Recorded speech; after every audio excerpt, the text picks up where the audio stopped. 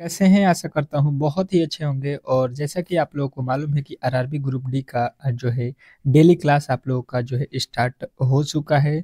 और जैसा कि आप लोगों को मालूम है कि लमसम आपके 2 से 3 महीने बाद जो है एग्ज़ाम भी होने वाला है, क्योंकि जैसे ही आप लोगों के एनटीपीसी का एग्ज़ाम खत्म होगा तुरंत ही ग्रुप डी वाले को जो है एग्ज़ाम कराया जाएगा। और एक बात बता दूं कि आपके फॉर्म जो पहले भरे गए थे उसके डबल फॉर्म अब जो है हो चुके हैं, क्योंकि पहले जो है आप लोगों के जो है फॉर्म डेट 22 तक ही था। अब जो है आप लोगों के 3 जो है मार्च तक कर दिया गया है। तो यहाँ से 10 दिन का जो है समय मिला है, जिनसे जो है काफ़ी ज़्यादा फॉर्म भर दिए गए हैं। तो कंपटीशन काफ़ी ज़्यादा हो चुका है, केवल फॉर्म भरने से जो है आपकी नौकरी नहीं होने वाली है ग्रुप डी में, ठीक है।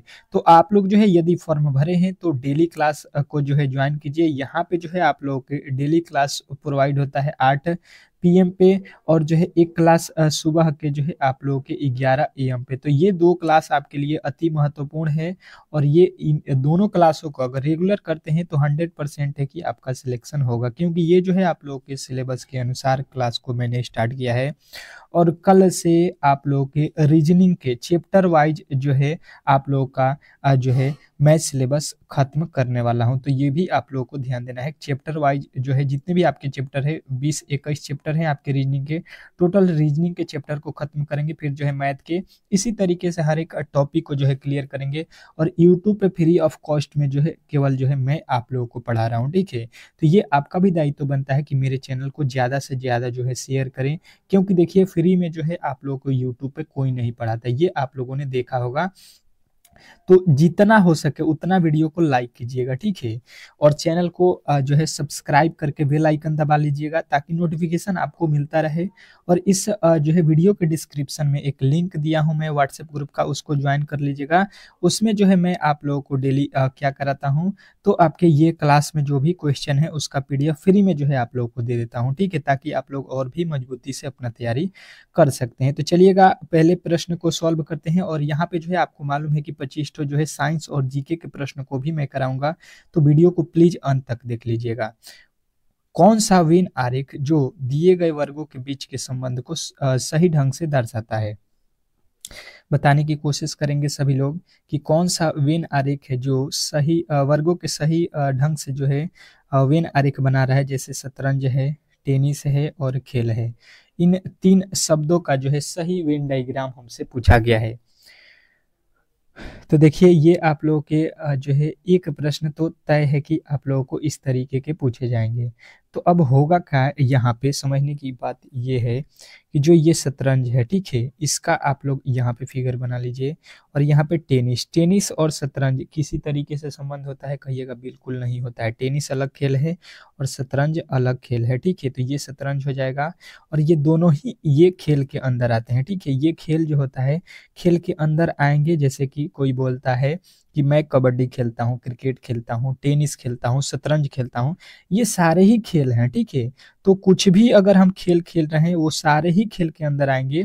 तो इस तरीके से आपको जो है देख लेना है कहाँ पे फिगर बना हुआ है। ऑप्शन नंबर ए, गलती की कोई भी गुंजाइश नहीं होगी यदि आपने डेली क्लास कर लिया। तो इसमें जो है 100% जो है आप लोगों के चांस बनेंगे, क्योंकि देखिए सभी लोग फॉर्म भरते हैं परंतु तैयारी में वही लोग लगेंगे जिनको सिलेक्शन लेना है। तैयारी करने वाले बहुत ही कम होते हैं। जैसे कि फॉर्म तो भरने वाले देखेंगे तो आपको करोड़ों लोग हैं, ठीक है, परंतु तैयारी करने वाले अगर करोड़ों लोग होंगे तो आप देख सकते हैं कि आपके जो है कंपटीशन कितना तगड़ा हो जाता। परंतु आपको जो है 2 से 4 लाख ही लोग जो है आप लोगों को देखने को मिल रहा होगा कि जो फॉर्म भर के पढ़ रहा है, ठीक है, उतना भी लोग नहीं मिलेगा।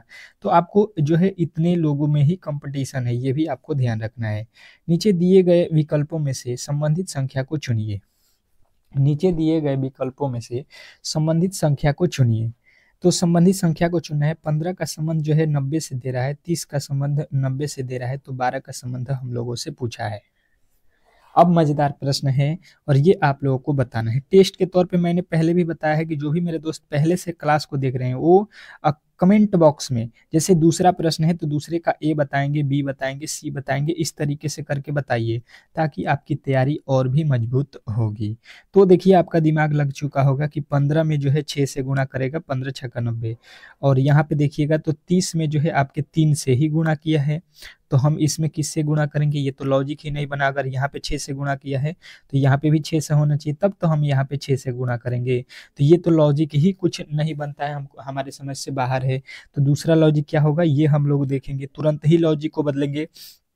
और यहाँ पे देखिए 1 और 5 लिखा है, ठीक है, 1 और 5 मिला के 15 लिखा हुआ है, तो 1 और 5 को मैंने जोड़ दिया, कितना होता है 6, और 6 में क्या करेंगे, यही जो 15 लिखा गया है इसमें गुणा कर देंगे, तो 15 छक्का 90 हो सकता है, ठीक है। लॉजिक को समझिएगा।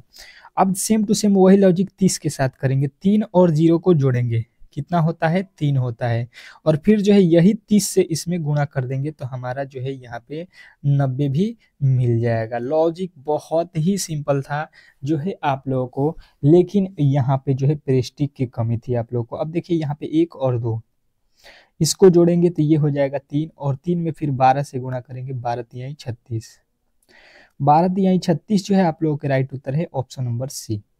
तो यही खासियत है मेरे क्लास की कि जो भी प्रश्न मैं कराऊंगा ट्रेंडिंग जो है प्रश्न है उन्हीं को कराऊंगा, और आप लोगों को मैं चैप्टर वाइज भी पूरा जो है आप लोगों के सिलेबस को कवर करूंगा बहुत जल्द। आप लोगों को घबराना नहीं है, केवल जो है क्लास से जुड़े रहना है।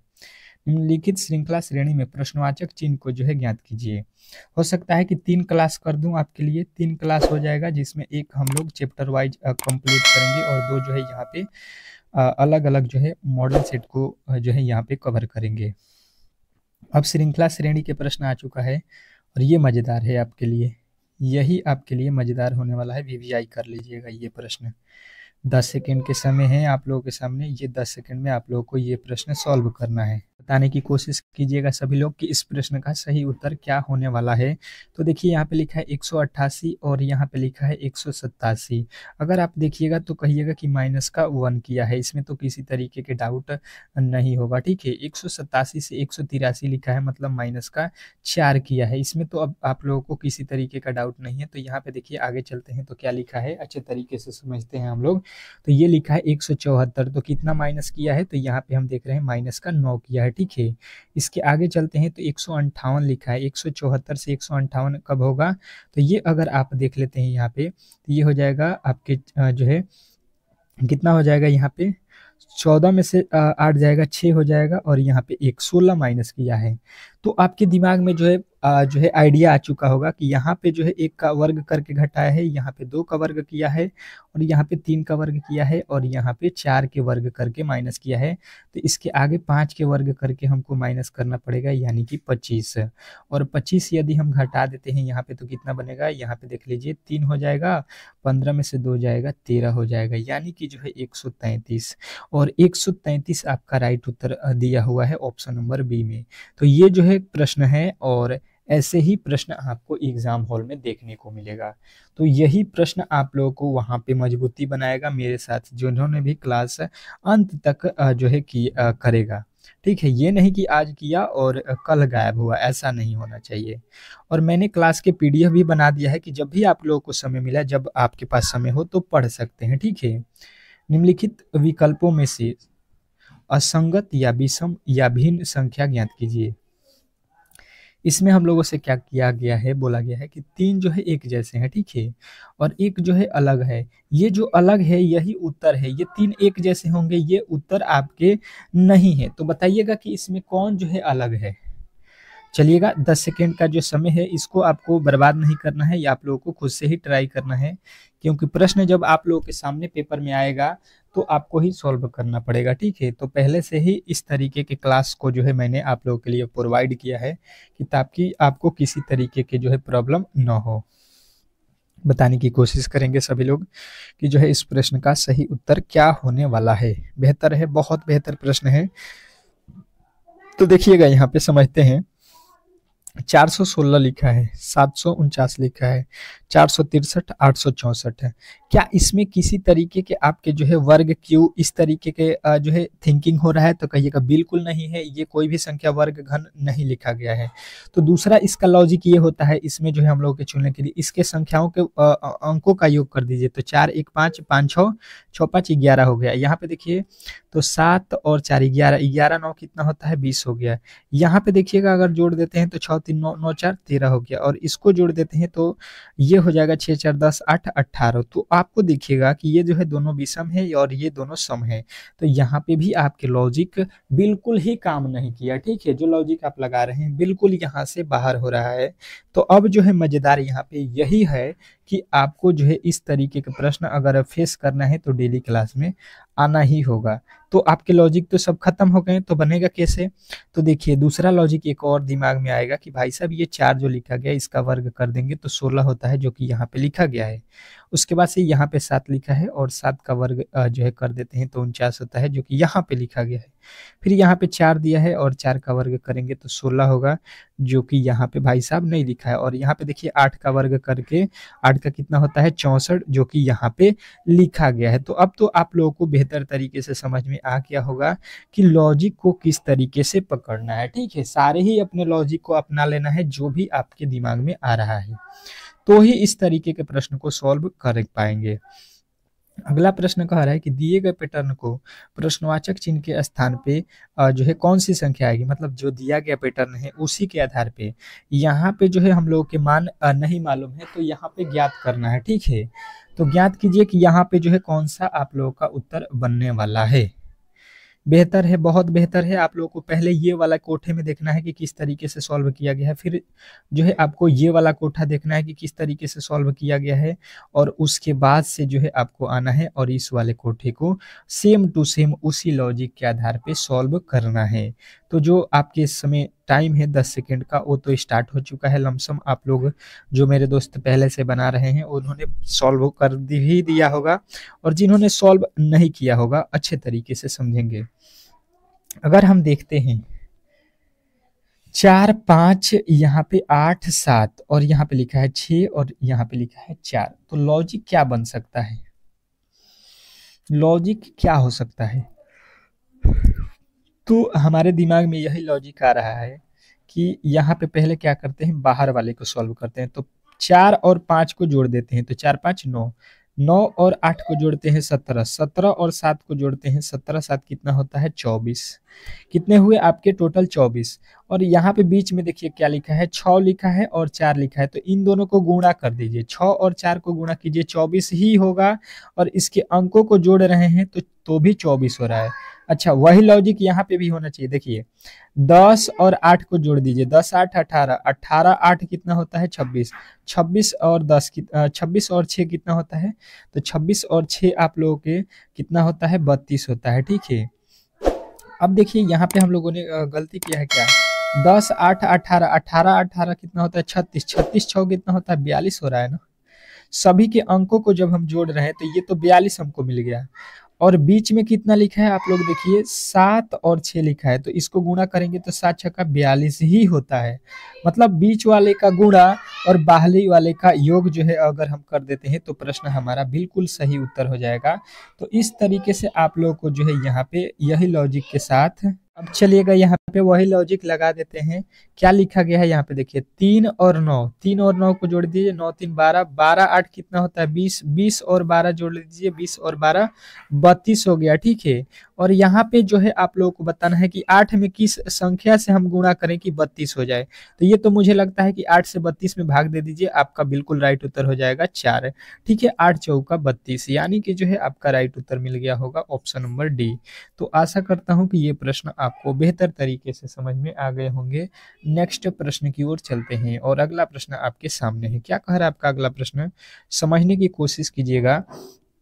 अक्षरों को नीचे दिए गए तालिका और जो है उसके बाद दी गई शर्तों के अनुसार संख्याओं और प्रतीकों के रूप में कूटित किया जाता है। कूटों और शर्तों के आधार पर यहाँ पे जुपिटर के लिए सही कूट का जो है चयन करना है, सही कूट का जो है चयन करना है। बताने की कोशिश करेंगे कि जो यहाँ पे लिखा है जुपिटर, इसका सही कूट जो है क्या होगा। आपके संकेत यहाँ पे दिए गए हैं सारे अक्षरों के, और यहाँ पे शर्त भी इसका है, ये भी आपको ध्यान देना है कि ये शर्त भी कह रहा है कि यदि किसी अक्षर के ठीक बाद एक जो है स्वर है तो उसे सात के रूप में लिखा जाना चाहिए। ठीक है, अगर आपको यहाँ पे पहले को बोल दिया है कि अगर स्वर जानते हैं वोवेल को बोला जाता है, ए ई आई ओ यू जो होता है, अगर वे आते हैं तो उसके पहले अगर कोई भी अक्षर होगा स्वर, सॉरी व्यंजन होता है ए ई आई ओ यू, और उसके पहले जो होता अगर स्वर है तो उसको हम लोग सात से लिखेंगे। जैसे बी हो गया, सी हो गया, ये किसी मान लीजिए ए के पहले आ जाएगा तो ये आप लोगों का स्वर होगा। ठीक है, और इसको जो है आप लोगों को क्या करना है, सात से कोडित करना है, ये इसका कंडीशन है। तो आपके पास क्या लिखा है, J U P I T E R. ठीक है, इसी को लिखना है।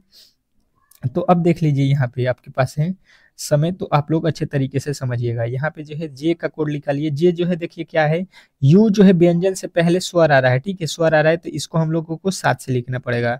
अब यू का कोड देखिए यहाँ पे क्या लिखा है, एदिरेट। ठीक है, तो एदिरेट लिखिए, सात एदिरेट होना चाहिए। उसके बाद से पी, पी जो है देखिए यहाँ पे आई से पहले, फिर जो है यहाँ पे आपका वोवेल है और ये कॉन्सोनेंट है तो यहाँ पे सात हो जाएगा। फिर आई का कोड देख लीजिए कहाँ पे है, यहाँ पे है आई का कोड 6, तो 76 होना चाहिए। ठीक है, 76 आपके बीच में आना चाहिए। यहाँ पे 76 यहाँ पे तो है। अब इसके बाद से देखिए टी, टी का कोड यहाँ पे देखिएगा क्या है, तो टी का कोड आप लोगों को मिलेगा यहाँ पे। देखिए इसका भी यहाँ पे जो है आप लोगों को ई लिखा है, तो ई जो है वोवेल है तो सात आएगा, और टी जो है कॉन्सोनेंट है। फिर ई का वैल्यू देख लीजिए, ई का वैल्यू क्या है, 4 है, और फिर आप लोगों के पास टी का वैल्यू कितना है, टी का वैल्यू आपको देख लेना है टी।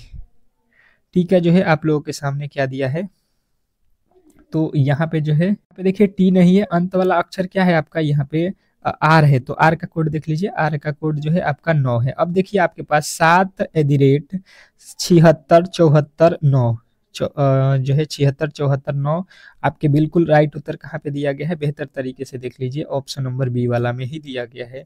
तो यही इस प्रश्न का राइट उत्तर है।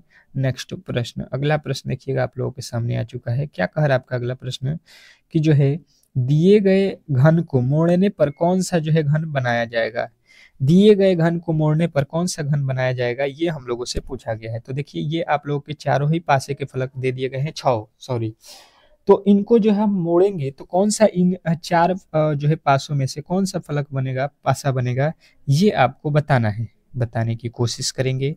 सभी लोग इस प्रश्न का सही उत्तर बताने की कोशिश करेंगे क्योंकि ये सारे ही प्रश्न इंपॉर्टेंट हैं। पासे से आपके प्रश्न बनेंगे, 2 से प्रश्न कम नहीं बनता है। ठीक है, तो देखिए अपोजिट पहले निकाल लेते हैं। हम लोग क्या करेंगे, अपोजिट पहले पता करते हैं तो सवाल जो है आप लोगों को इजीली बन जाएगा। जैसे कि लिखा गया है 4, तो 4 जो है यहाँ पे बाहरी वाले का अपोजिट होगा, ये भी बाहर है, तो 4 का अपोजिट कभी भी आपसे कोई पूछे तो आपको बताना है 1 होगा इस कंडीशन में। ठीक है, तो यहाँ पे 4 का अपोजिट 1 हो गया। उसके बाद से देखिएगा ये जो लिखा गया है इसके एक कोठे बाद वाला का अपोजिट हो जाएगा, यानी 6 का अपोजिट 3 हो जाएगा।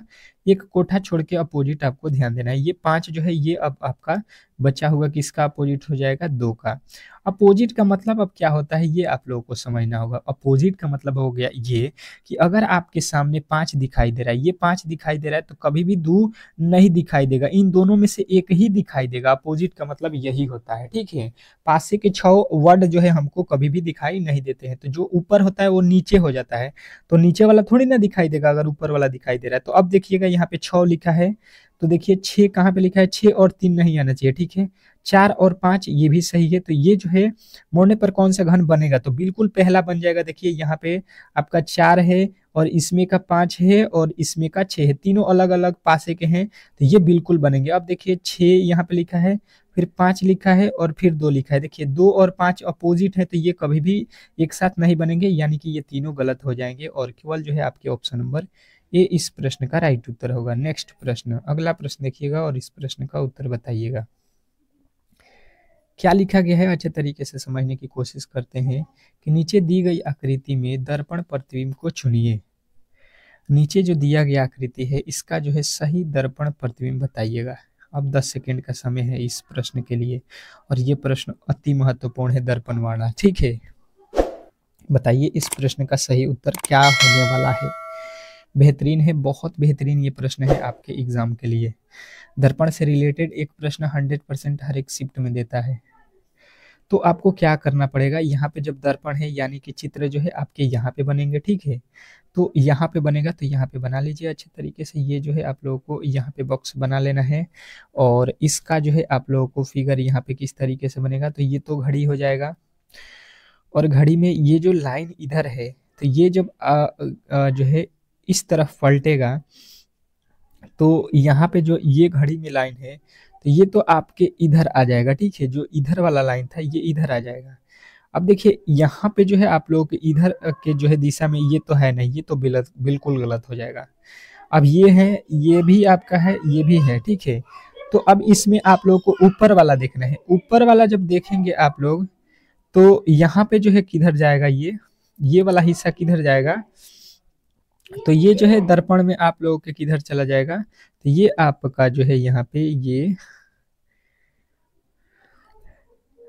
आपके कहाँ जा रहा है, ये जो है आप लोगों के डिट्टू यहाँ पे देख लीजिए, 12 से गिन लीजिए। यहाँ पे 1 2 2 पे है, तो 1 2 2 वाले पे जाएगा। यहाँ से अगर देखेंगे तो आप लोगों के कौन से अक्षर पे जा रहा है, तो ये तो होगा नहीं, ये बिल्कुल गलत है, ठीक है। और ये जो है आप लोगों के ये वाला देखिएगा, बिल्कुल ये वाला जो है राइट उत्तर हो जाएगा। जो इस तरीके से मुड़ा है, अब ये इस तरीके से हो जाएगा। ऑप्शन नंबर बी जो है इस प्रश्न का सही उत्तर है। नेक्स्ट प्रश्न, अगला प्रश्न देखिएगा आप लोगों के सामने आ चुका है। कह रहा है कि उस विकल्प का चयन करें जो दी गई अश्रृंखला रिक्त स्थानों में अक्षरों को जो है भरने पर श्रृंखला पूरा हो जाएगी, ठीक है। इस श्रृंखला को पूरा करना है, तो देखिए खाली जो वर्ड दिया गया है यहाँ पे हम लोगों को भरना है, ठीक है।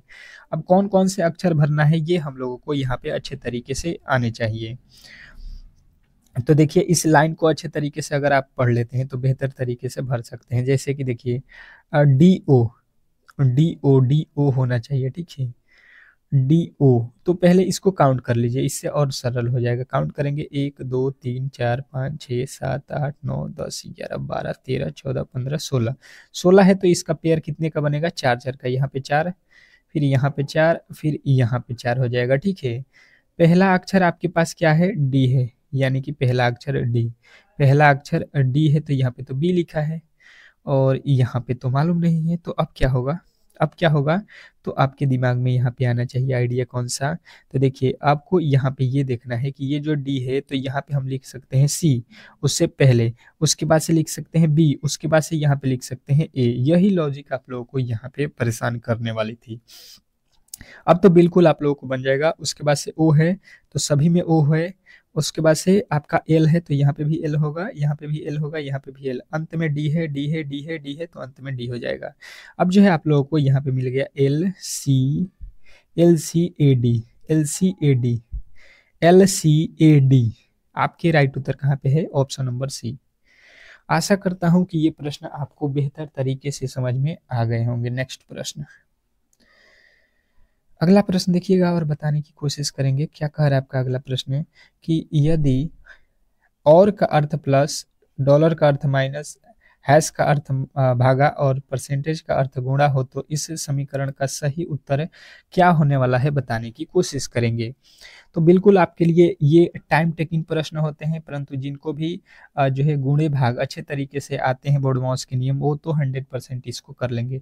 बोर्डमॉस के नियम पे इसको बनाना होता है। जैसे कि देखिए 8 परसेंटेज का अर्थ क्या होता है, परसेंटेज यहाँ पे देखिए लिख दिया है, गुणा होता है, तो यहाँ पे गुणा लिखिए। 2 और का अर्थ यहाँ पे देखिए क्या लिखा है, प्लस होता है, तो प्लस लिखिए 11।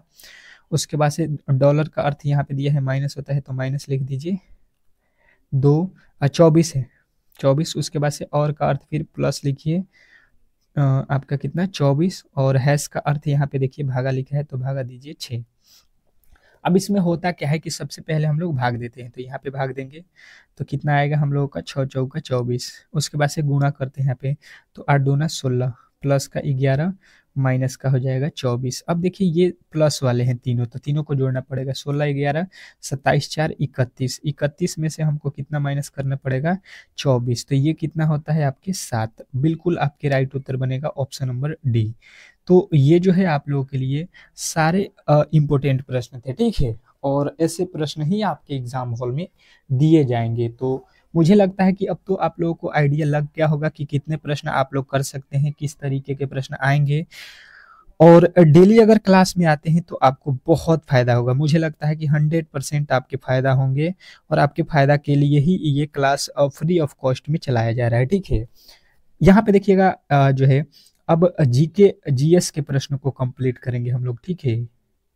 इसमें साइंस के भी प्रश्न है, दोनों ही मिक्स है, ठीक है, जीके प्लस साइंस। तो इसको अच्छे तरीके से समझिएगा। संयुक्त राष्ट्र के 8वें महासचिव कौन थे? संयुक्त राष्ट्र के 8वें महासचिव कौन थे? तो आपके उत्तर बनेगा वान मी मून, ठीक है, बान की मून। अगला प्रश्न देखिए, कह रहा है कि निम्नलिखित में से कौन सी भारतीय खदान दुनिया की सबसे बड़ी यूरेनियम खदान में से एक है? निम्नलिखित में से कौन सी भारतीय खदान दुनिया की सबसे बड़ी यूरेनियम खदान है, ये आप लोगों को बताना है। तो ये आप लोगों का उत्तर बनेगा तुमालपल्ले खदान। तुमालपल्ले खदान जो है आप लोगों के सबसे बड़ा है, ठीक है।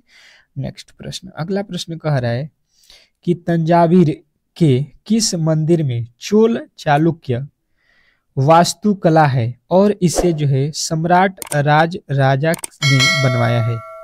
तो राज राजा ने किसको बनवाया था, यही आप लोगों को प्रश्न है, केवल इसको बढ़ा दिया गया, ठीक है। तो राज राजा किसको बनवाया है? बृहदेश्वर मंदिर। ये तो आप लोगों को अच्छे तरीके से याद होना चाहिए, बहुत इंपॉर्टेंट है बृहदेश्वर मंदिर। और ये रेलवे के हमेशा एग्जाम में पूछा है। निम्नलिखित में से कौन सा जो है शहर राज्य की लगभग आधी सूती मिलों के साथ सबसे महत्वपूर्ण केंद्र के रूप में उभरता है? तो ये आप लोगों का कोयम्बटूर है, ठीक है। नेक्स्ट प्रश्न, अगला प्रश्न कह रहा है कि उत्पादन की प्रति इकाई कुल लागत क्या कहलाती है? उत्पादन की प्रति इकाई कुल लागत क्या कहलाती है? तो आपके उत्तर बनेगा औसत लागत कहलाती है, ठीक है। नेक्स्ट प्रश्न देखिएगा, आप लोगों के सामने आ चुका है।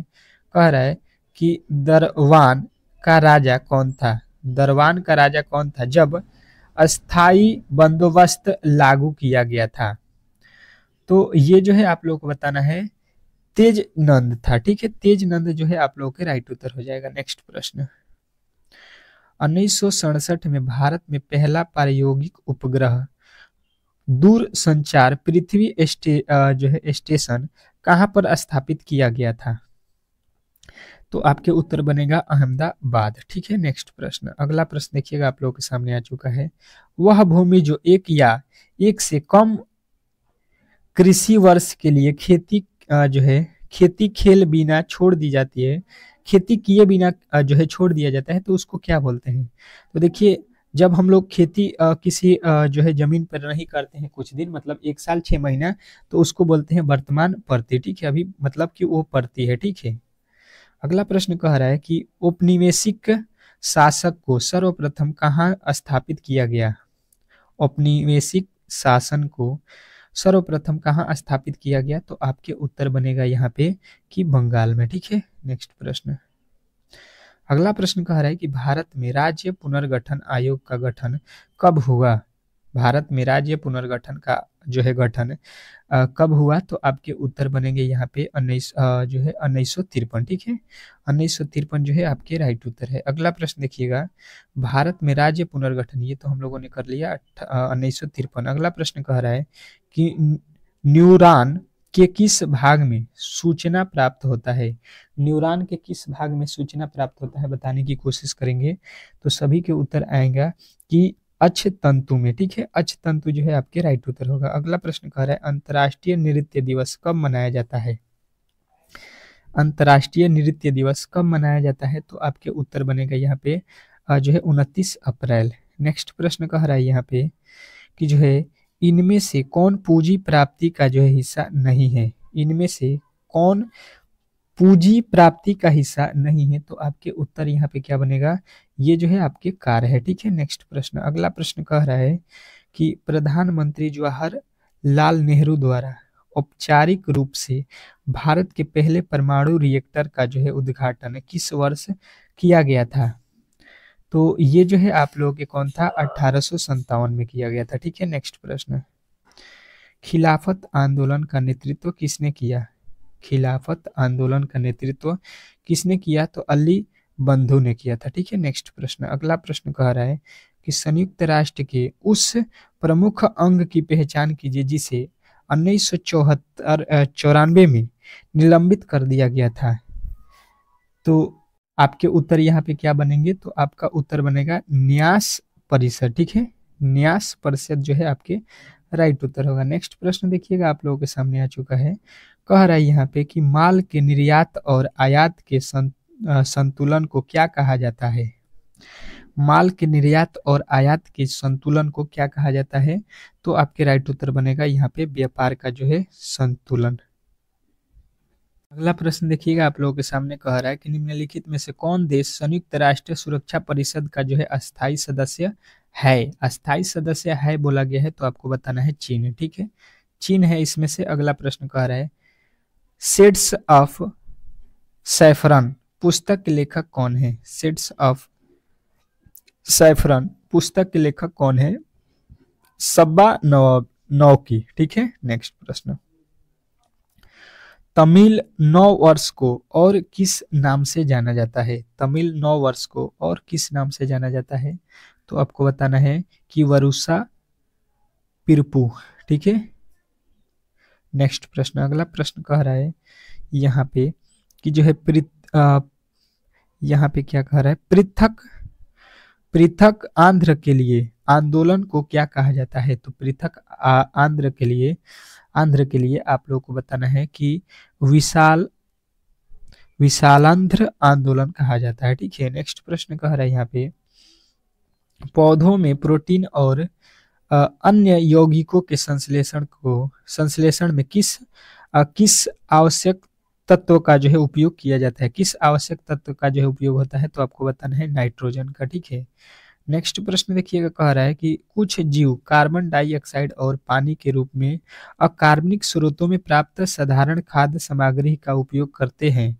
इन जीवों को जो है किस नाम से जाना जाता है? तो इन जीवों को जो है आपको बताना है कि स्वपोषी पोषण के रूप में जाना जाता है। नेक्स्ट प्रश्न कह रहा है यहाँ पे कि राउरकेला स्टील प्लांट की शुरुआत भारत के तत्कालीन राष्ट्रपति द्वारा पहली प्लास्ट फरेंस के उद्घाटन के साथ कब हुआ था? तो आपके उत्तर बनेंगे ये जो है 1959 में हुआ था। नेक्स्ट प्रश्न देखिएगा, आप लोगों के सामने आ चुका है कि जो है निम्नलिखित विद्युत सुरक्षा उपकरणों में से विद्युत धारा के तापीय प्रभाव पर आधारित उपकरण को क्या कहा जाता है? तो आपके उत्तर बनेंगे फ्यूज कहा जाता है। ठीक है, तो यहाँ पे जो है 25 इम्पोर्टेंट जो है जीके जीएस के प्रश्न को हम लोगों ने कंप्लीट किया है। तो बताइएगा कि ये क्लास आप लोगों को कैसा लगा, और जो भी मेरे दोस्त जो है इस क्लास को लाइक नहीं किए हैं, ठीक है, तो प्लीज़ आप लोग लाइक कर दीजिएगा, चैनल को